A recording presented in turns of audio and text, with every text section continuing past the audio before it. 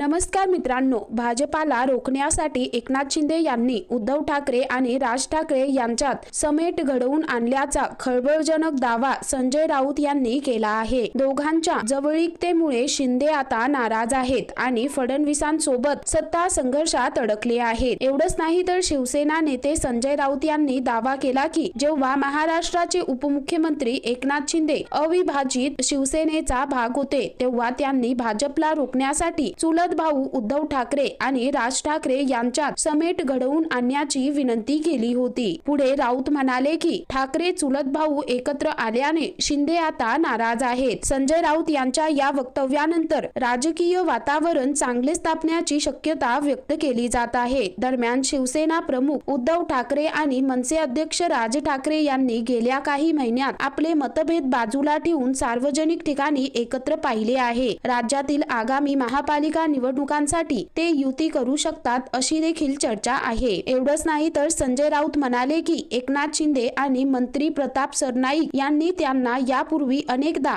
राज आणि उद्धव ठाकरे यांना एकत्र आणण्यास सांगितले होते। महाराष्ट्रावर भगवा झेंडा फडकवण्यासाठी हे आवश्यक आहे। भाजपला रोखण्यासाठी दोन्ही चुलत भावांनी एकत्र आले पाहिजे। सरनाईक आणि शिंदे मातोश्रीची परवानगी न घेता राज ठाकरेंना भेटायला गेले असा खळबळजनक दावा त्यांनी केला। तर मित्रांनो, एकंदरीत संपूर्ण प्रकरण पाहता या संदर्भामध्ये तुमची काय प्रतिक्रिया आहे खाली कमेंट करून नक्की कळवा।